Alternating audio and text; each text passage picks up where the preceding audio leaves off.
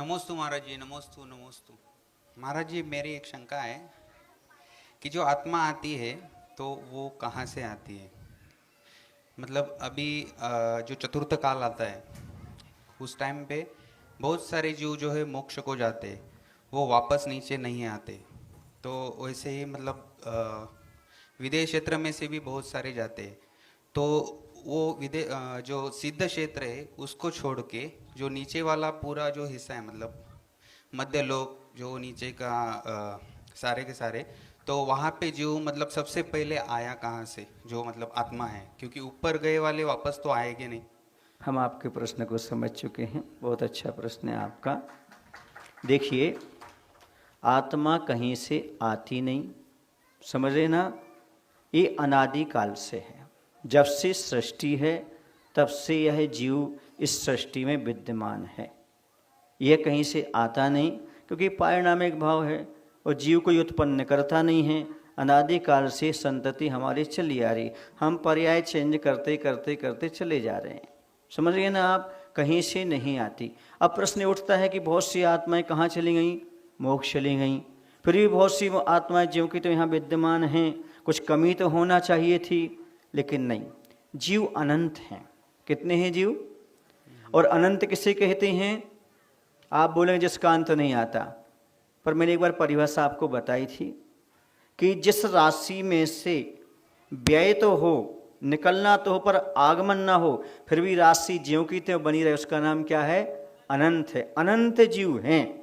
जैसे एक आलू है, ठीक है ना, आलू में आपने ऐसी सुई को चुभाया, अब ऐसा निकाल लिया, सुई में जो ऊपर नोक पर इतना सा आलू का भाग आ गया, उसमें इतने जीव होते हैं। यदि उन्हें कबूतर का आकार दे दिया जाए तो पूरा जम्बूद्वीप भर जाएगा। समझ गए ना? अब कितने आलू हैं, कितनी प्याज हैं, कितनी गड़ंत है, कितने, समझ रहे हैं? एग्जाम्पल मात्र है, सुन रहे ना। इसी प्रकार से एक बूंद छने पानी में कितने जीव हैं, तो इन सबको लेकर के देखा जाए, अनंत जीव हैं। ये संसार कभी जीवों से खाली होने वाला नहीं है। ना आत्मा कहीं से आती है, ना कहीं जाती है, पर्याय का परिवर्तन करती रहती है। समझ गए ना? जैसे सिद्धांत है सापेक्षता का, एक द्रव्य दूसरे द्रव्य में परिवर्तन तो हो सकता है, पर उत्पत्ति और नष्ट नहीं हो सकता। जैसे तरल पदार्थ ठोस में आ जाए, ठोस गैस में आ जाए, इस प्रकार। जैसे पानी है, पहले लिक्विड था, तरल था, है ना, फिर गैस बन गया, फिर बाद में फिर ठंडा हो गया तो पानी बन गया, फिर बर्फ बन गया। इसी प्रकार से जीव है, कभी त्रियंच, कभी नारकी, कभी देव, मनुष्य, किंड आदि में जन्म लेता है।